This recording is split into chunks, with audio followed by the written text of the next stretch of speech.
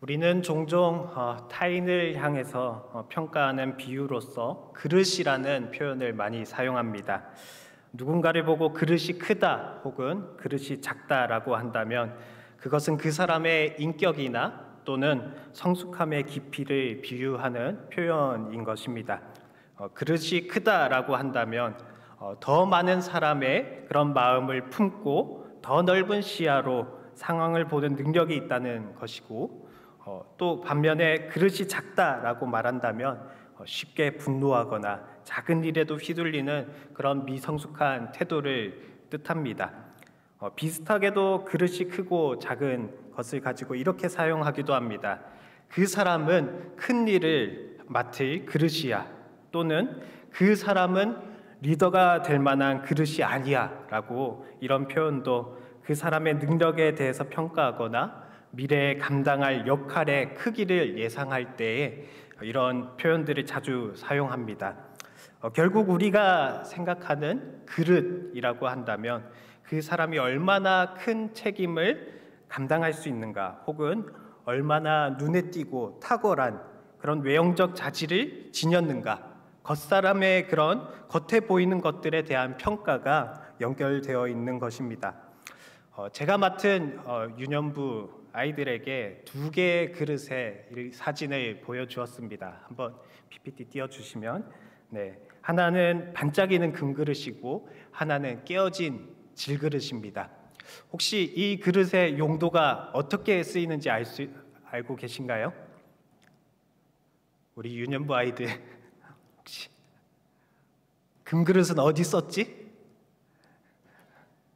자, 금그릇을 조금 이상하게 표현해서 그랬는지 어떤 아이가 맥주 마시는 것이요 이렇게 얘기한 친구도 있었지만, 더 많은 아이들이 이 금그릇은 더 귀한 데 쓰이고 질그릇은 약간 그런 구걸하는 데 쓸 것 같아요 라고 하는 친구들도 있었습니다.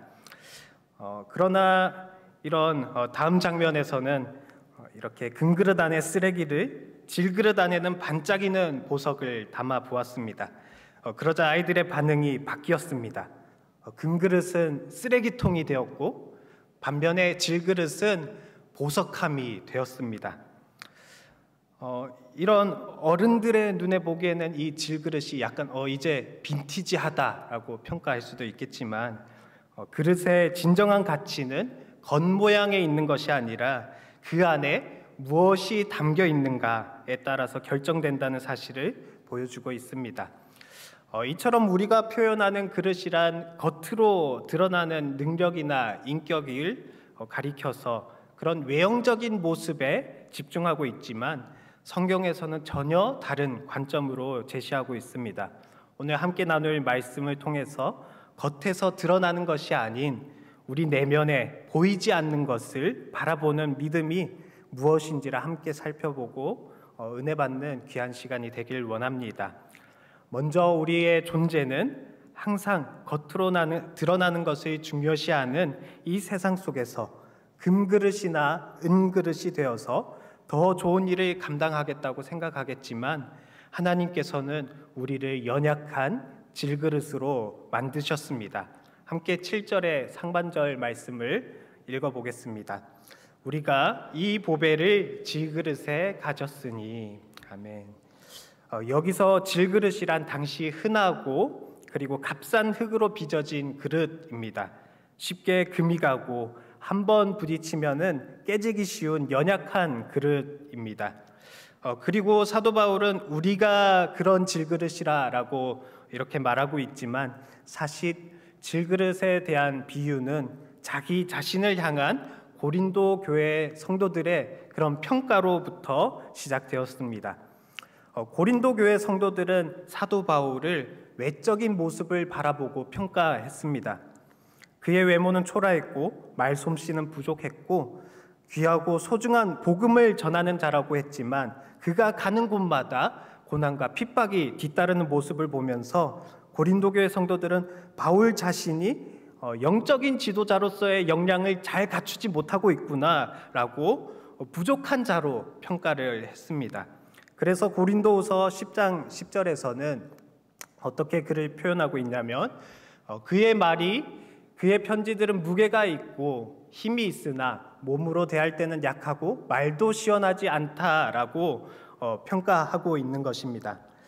즉 고린도 교회가 보기에는 사도 바울은 하나님의 복음이라는 아주 큰 그릇을 담기에는 너무나도 연약하고 초라한 질그릇과 같은 사람이라 그를 판단하고 있는 것입니다. 하지만 이런 평가를 들은 사도 바울 분노했을까요? 아니었습니다. 그들의 비난을 부정하지 않고 오히려 그 이미지를 그대로 사용하여서 마치 이렇게 말했습니다. 그래, 맞아, 나 질그릇이야 라고 그들의 비난을 그대로 인정하는 모습을 보였죠. 그리고 여기서 그치는 것이 아니라 사도 바울은 7절에 이 주어를 우리가 라는 표현을 사용하여서 자기 자신뿐만 아니라 이 예수 그리스도로 하나 된 우리 모든 그리스도인들이 다 질그릇이다라고 표현하고 있습니다. 이는 단순히 우리의 존재를 비하하거나 또는 아예 자포자기하는 표현이 아니라 사도 바울은 그런 질그릇과 같은 연약한 존재로 하나님께서는 우리를 지으시고 만드셨다는 것을 고백하고 있는 내용인 것입니다. 실제로 성경 곳곳에서는 자주 하나님을 토기장이에 비유해서 말씀하고 있습니다. 대표적으로는 이사야서 64장 8절에서 여호와여 이제 주는 우리 아버지이시니다. 우리는 진흙이요 주는 토기장이시니 우리는 다 주의 손으로 지으신 것이다 라고 말씀하면서 우리가 다 연약한 것은, 우리가 연약한 질그릇이라는 것은 하나님의 실수가 아닌 하나님의 뜻이라는 사실을 말씀하고 있습니다. 그렇다면 그러한 질그릇과 같은 그런 삶은 구체적으로 어떤 모습일까요? 우리는 살아가면서 쉽게 금이 가고 자주 깨어집니다. 이 감정의 기복 앞에서 무너지고, 또한 가정 안에서는 사랑하려고 애쓰지만 쉽게 상처를 주고받으며, 직장과 사회에서는 그 책임의 무게로 인해서 눌려서 자존감조차 잃어버릴 때가 많이 있습니다. 또 신앙적으로는 기도를 계속해도 응답이 없고 말씀을 들어도 공허할 때가 우리는 이런 질그릇이 깨어지는 듯한 마음이 미어지고 속이 상하고 앞으로 해야 할 일들은 너무나도 많지만 계속해서 이러한 염려와 걱정들로 가득 차는 것이 우리의 연약한 질그릇과 같은 상태라 말할 수 있습니다. 그러나 오늘 성경에서는 그러한 연약함이 바로 우리가 지음받은 방식이며 하나님의 뜻에 따라서 우리의 존재가 이렇게 지어졌다고 말씀하고 있습니다. 비록 우리는 조금 더 나은 그릇이어야 하지만 하나님께 쓰임 받는다고 우리가 생각할 수 있지만 우리는 은그릇이 아니어도 괜찮고 금그릇이 아니어도 괜찮습니다. 하나님은 우리를 일부러 보잘것없는 연약한 질그릇으로 만드셨기 때문입니다. 그렇게 쉽게 깨어질 수 있는 그런 존재로 지으신 그 하나님의 분명한 목적이 우리 안에 있기 때문입니다. 그렇다면 하나님께서 우리를 연약한 질그릇으로 지으신 목적은 무엇일까요? 그 안에 보배를 담으시기 위해 우리를 그렇게 만드셨습니다. 7절 말씀을 우리 계속해서 함께 읽어보겠습니다. 우리가 이 보배를 질그릇에 가졌으니 이는 심히 큰 능력은 하나님께 있고 우리에게 있지 아니함을 알게 하려 함이라. 아멘. 사도 바울은 하나님께서 우리 가운데 보배를 담기 위해서 우리를 질그릇으로 만들었다고 말했습니다. 여기서 보배라는 것은 바로 앞절인 6절에서 등장하는 예수 그리스도의 얼굴에 있는 하나님의 영광을 아는 빛, 곧 복음의 빛, 예수 그리스도 그 자체가 바로 이 보배입니다. 공교롭게도 우리 아이들이 부른 그 빛으로 부르신 그 주님 예수 그리스도께서 우리의 보배가 되신다라는 것이지요. 그래서 이런 보배란 죄인을 구원하시기 위해 하나님께서 아들을 세상에 보내시고 십자가에서 그 죄값을 대신 치르게 하시고 부활을 통해 생명을 주신 구속의 복음이 이 보배라 할 수 있는 것입니다. 이처럼 영광스러운 복음인 보배를 하나님은 금그릇이 아니라 은그릇이 아니라 우리와 같은 질그릇 안에 담아 주셨습니다. 왜 그랬을까요? 7절 하반절에서 심히 큰 능력은 하나님께 있고 우리에게 있지 않음을 알게 하기 위함인 것입니다. 즉 보배의 영광이 드러나는 것은 그 그릇의 능력 때문이 아니라 오직 하나님의 능력을 드러내기 위함이라는 것입니다. 다르게 말해서 우리가 그런 잘난 그릇이어서 복음을 더 잘 드러내는 것이 아니라 오히려 깨어지기 쉬운 질그릇과 같은 우리를 통해서 하나님의 능력이 더욱더 선명하게 드러나게 된다는 것입니다. 이러한 원리는 하나님께서 구약시대 기드온이라는 한 사람을 부를 때에도 동일하게 나타납니다. 하나님께서는 미디안으로부터 이스라엘을 구원하시기 위해서 사사로 기드온을 부르셨습니다. 하지만 하나님께서 기드온을 부르실 때에 그는 미디안이 두려워서 포도주 틀에 들어가서 그 틀 안에서 밀을 타작하고 있었습니다. 그런 그에게 하나님은 나타나셔서 큰 용사여라고 부르셨죠. 이때 큰 용사라고 부르신 것은 이 겁쟁이야 숨어 있지 마라 라고 하는 것도 있었지만 동시에 앞으로 그가 해야 할 일을 용사로서 너를 내가 사용할 거야 라는 그런 하나님의 선언이었습니다. 그렇게 기드온은 하나님의 말씀에 순종하여 군사를 모집하였지만 그 군사는 겨우 32,000명에 달하지 못했습니다. 미디안의 연합군의 그 숫자가 13만 5천에 비하면 3만 2천이라는 군사는 어림도 없었습니다. 그런데도 하나님께서는 사사기 7장 2절에서 너를 따르는 백성이 너무 많기에 그 가운데 두려운 자들을 돌아가라라고 하셨습니다. 그 결과 2만 2천 명이 돌아가고 10,000명만 남았습니다. 이제 10,000명으로 13만 5천의 군사와 대결했을까요? 아니었습니다. 여전히 그 군사가 많다고 말씀하시면서 한 번 더 테스트를 하시는데 물을 마시는 방법으로 손으로 물을 떠서 먹는 300명의 용사들만 남기고 나머지를 돌려보내게 하셨죠. 처음 모였던 숫자에서 1%도 안 되는 그 300명만 겨우 남게 되었습니다. 하나님은 이 모든 과정 속에서 중요한 메시지를 던지셨는데 곧 그들이 숫자가 많아서 전쟁에 승리하였다. 스스로의 힘으로 자랑하지 못하게 함이라 라는 그런 메시지로 하나님은 기드온과 그의 군사들이 자신들의 힘과 능력에 의지하는 것이 아니라 오직 하나님의 능력만을 의지하도록 인도하셨습니다. 그리고 실제 전쟁 방식에서 그 원리는 더욱더 선명하게 비춰졌는데 하나님은 칼과 창과 같은 무기를 들게 하지 않고 그 300명의 용사들 가운데 무엇을 가지고 나가게 하셨나요? 항아리와 그리고 그 안에 횃불을 숨겨서 나아가도록 하셨지요. 그리고 한밤중에 기습 작전으로 이 300명의 군사들을 각자 그 항아리 안에 감춰진 횃불을 가지고 적진에 기습하도록 했습니다. 그때 이제 남은 군사들은 이제 나팔을 불고 그 기습해서 들어간 군사들은 항아리를 깨면서 그 항아리 안에 있는 횃불을 이렇게 미디안 진영에 밝히 비춰질 때에 미디안군은 스스로 놀라고 혼란에 빠져서 서로를 치며 결국 스스로 무너지게 되고 말았습니다. 결국 전쟁 가운데 오직 하나님의 손에 의해서 하나님의 방법으로 승리하게 되었던 것을 보여주는 대목인 것입니다.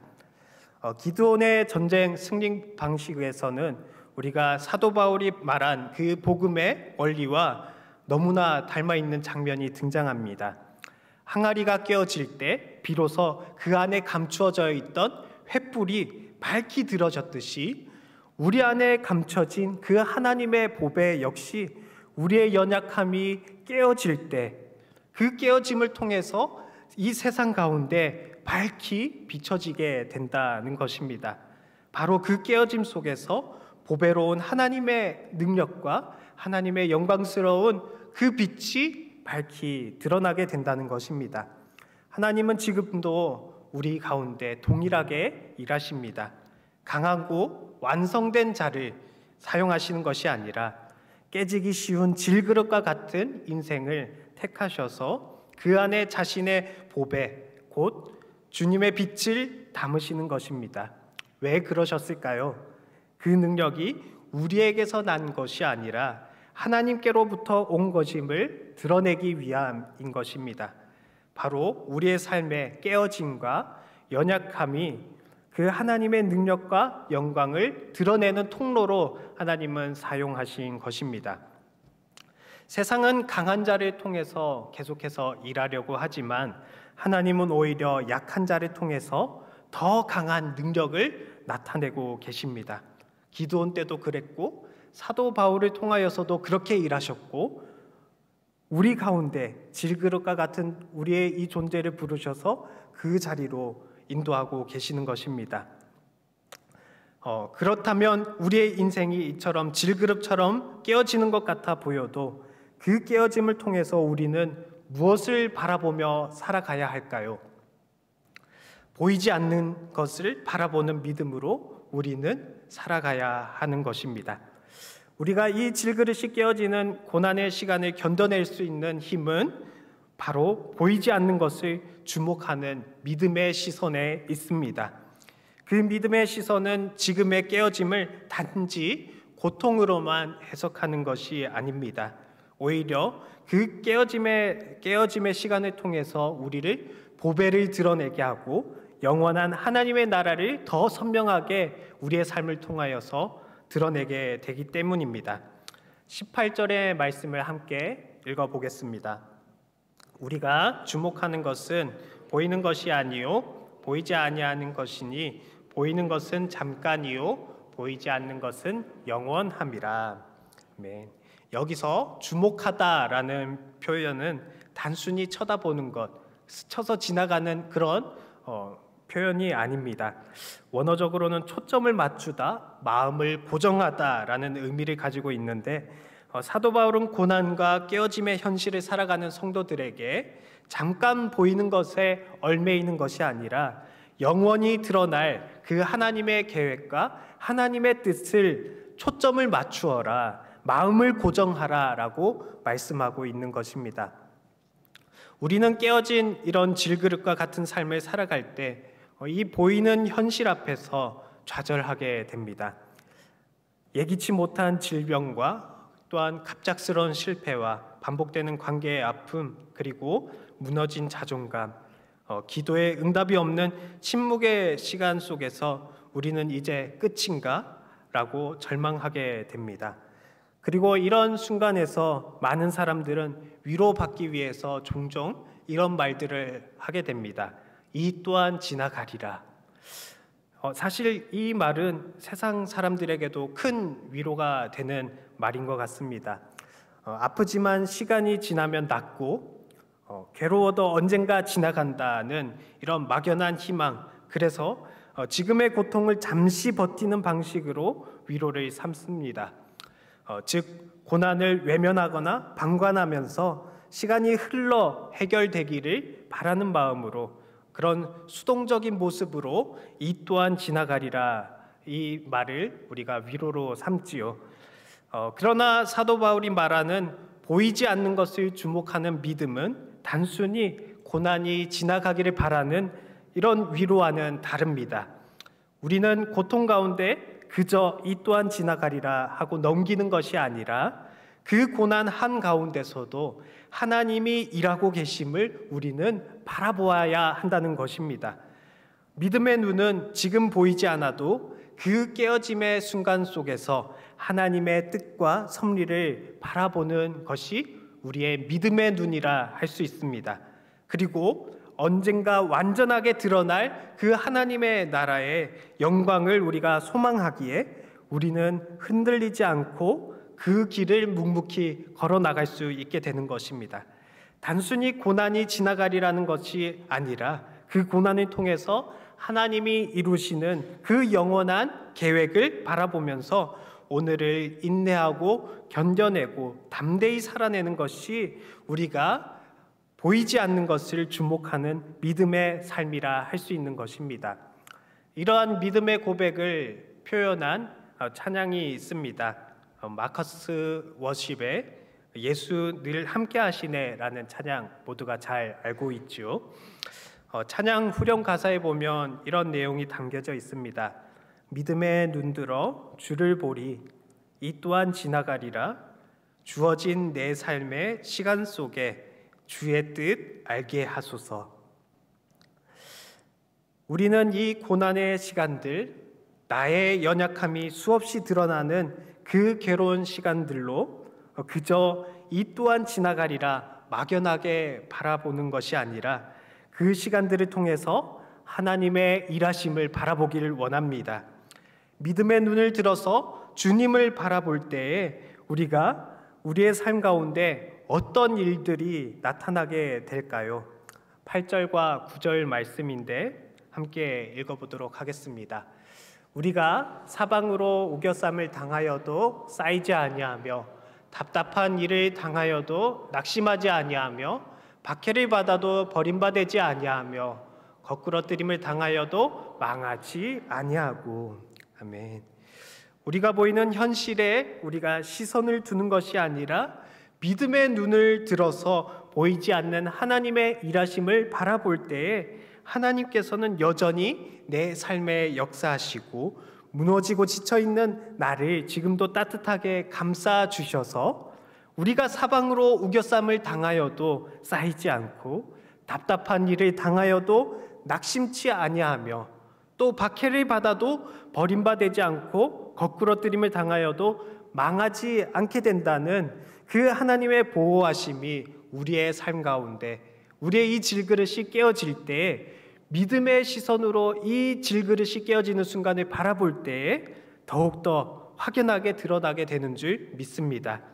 그러한 믿음의 시선으로 오늘의 깨어짐도 내일의 불확심도 우리가 이겨내면서 하나님의 영광을 드러내는 질그릇의 삶을 걷게 된다면 어떠한 시련과 고통이 내게 찾아오게 될지라도 우리는 우리를 보호하시고 지키시는 그 신실하신 하나님의 능력이 우리의 삶 속에 밝히 드러나게 될 것입니다. 말씀을 맺도록 하겠습니다. 우리는 누구나 깨어지기 쉬운 질그릇입니다. 우리가 너무나 대단하지도 또 완벽하지도 못한 인생입니다. 때로는 금이 가고 때로는 깨어져서 더 이상 쓸모없을 것 같이 느껴지기도 합니다.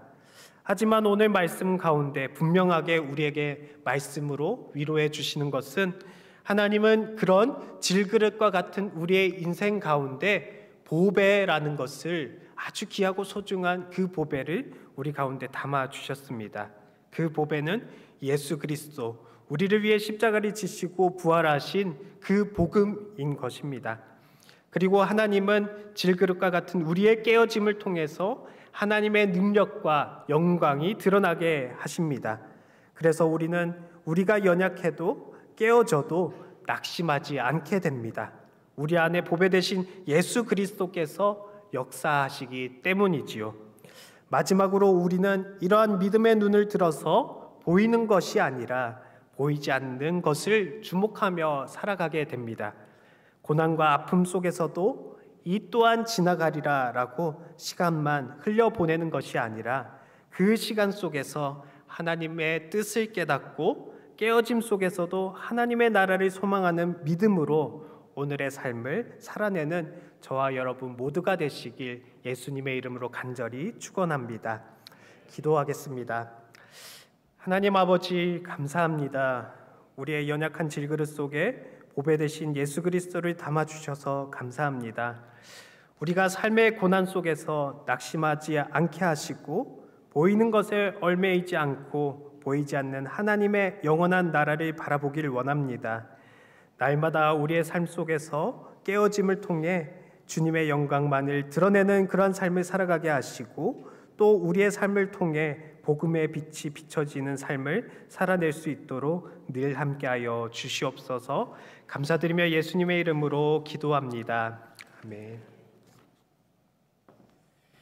오늘 이 시간 우리 함께 오늘의 말씀을 기억하며 함께 찬양하고 기도하도록 하겠습니다. 예수 늘 함께 하시네. 함께 찬양하겠습니다.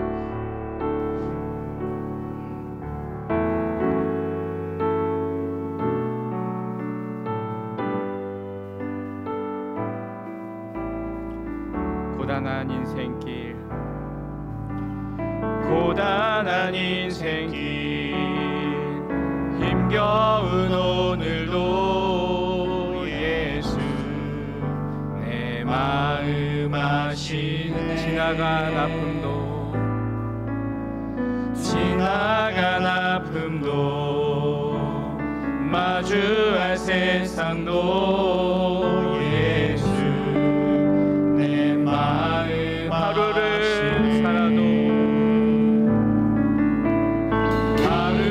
살아도 기쁨으로 가리 예수 늘 함께 하시네.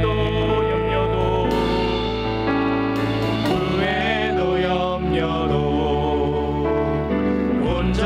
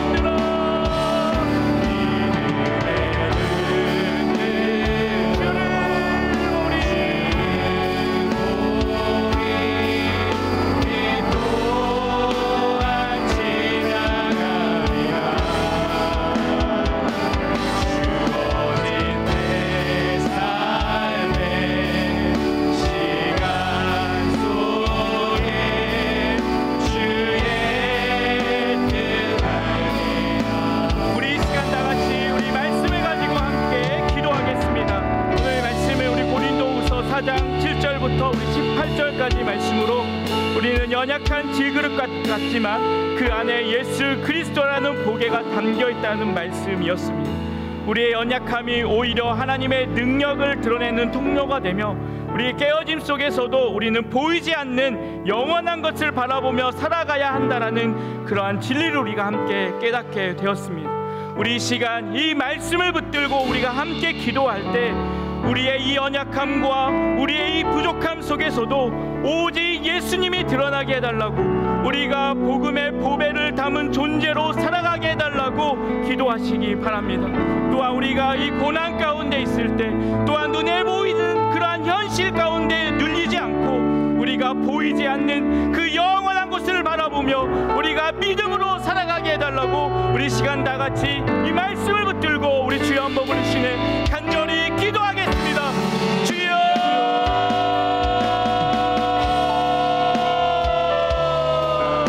하나님 아버지, 연약한 질그릇과 같이 연약한 우리의 모습을 주여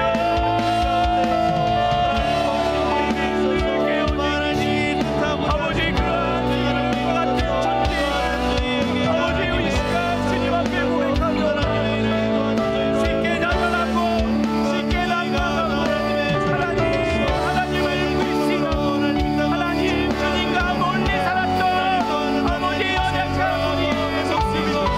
하나님 그럼에도 불구하고 우리의 그 연약함과 부족함을 여전히 나를 붙드시고 나와 함께 하시는 그 예수 그리스도, 내 안에 담겨 계시는 예수 그리스도 우리가 바라보며 하나님 이 보배를 담은 자로서 살아갈 수 있는 아버지 우리의 삶이 되게 하여 주시옵소서.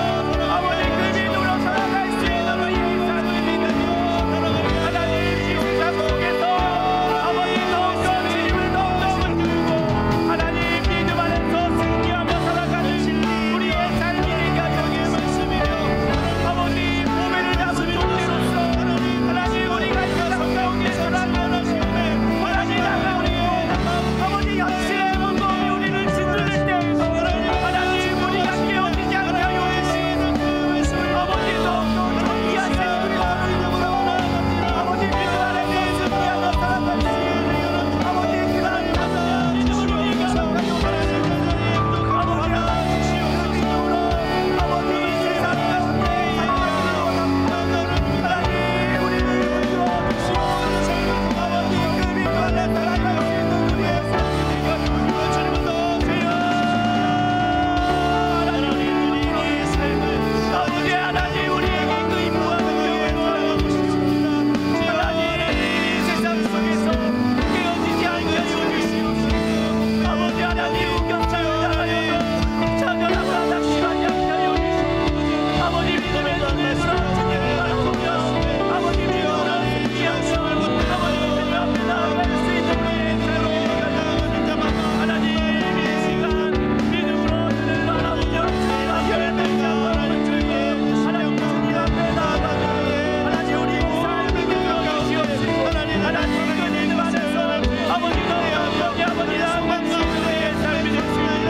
아버지 우리 자녀의 믿고 아버지 그 예수 그리스도를 믿고 아버지 믿음으로 승리하며 나아갈 수 있는 우리의 삶이 되시옵소서. 주여 하나님 우리를 붙잡아주시고 생명으로 적용되고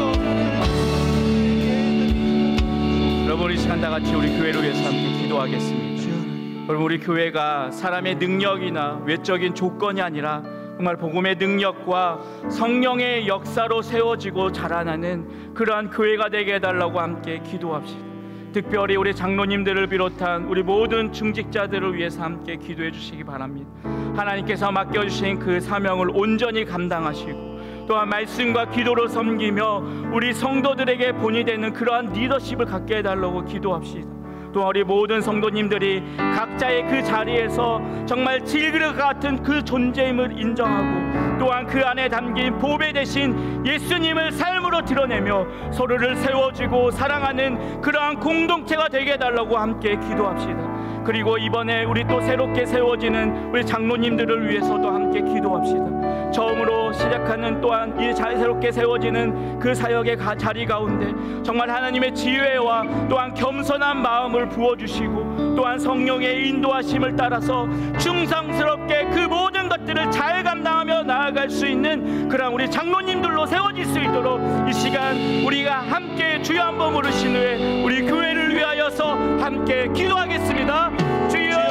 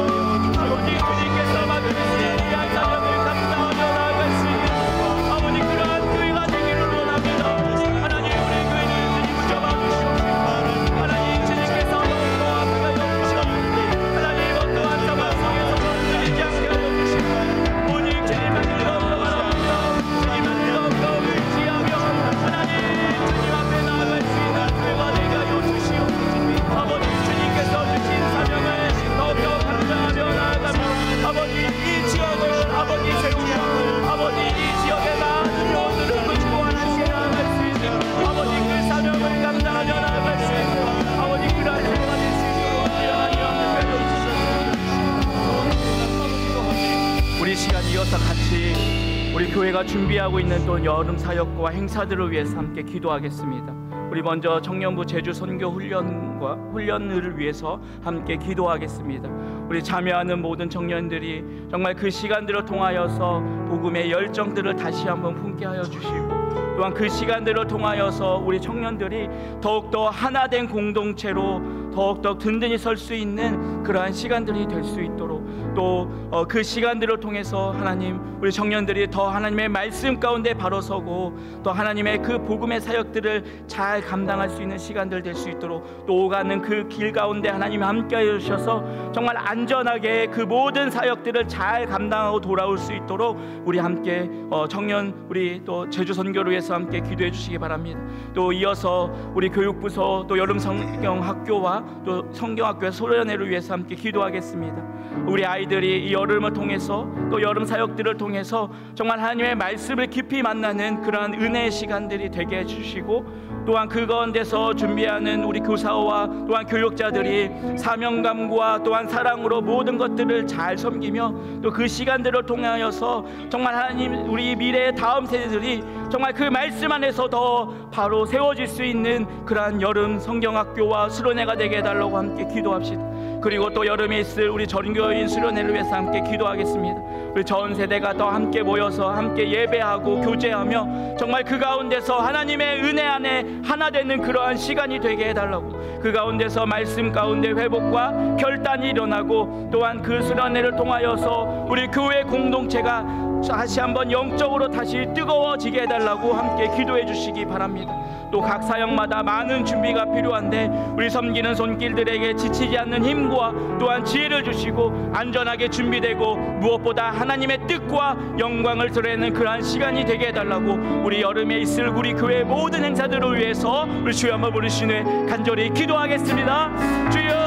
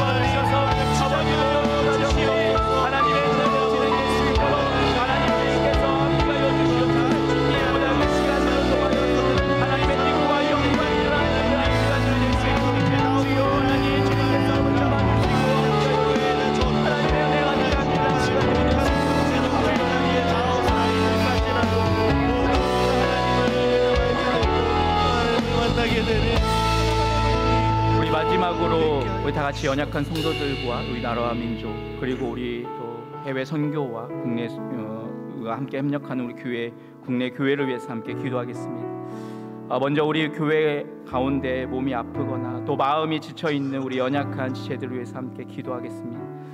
오랜 병 가운데 있는 분들, 또 수술을 앞두고 있거나 회복 중인 분들, 또 삶의 여러 가지 문제로 인해서 낙심한 성도님들이 있습니다. 하나님, 주님께서 그들을 위로하시고 그들의 마음과 몸을 만져주시기를 같이 기도해 주시기 바랍니다.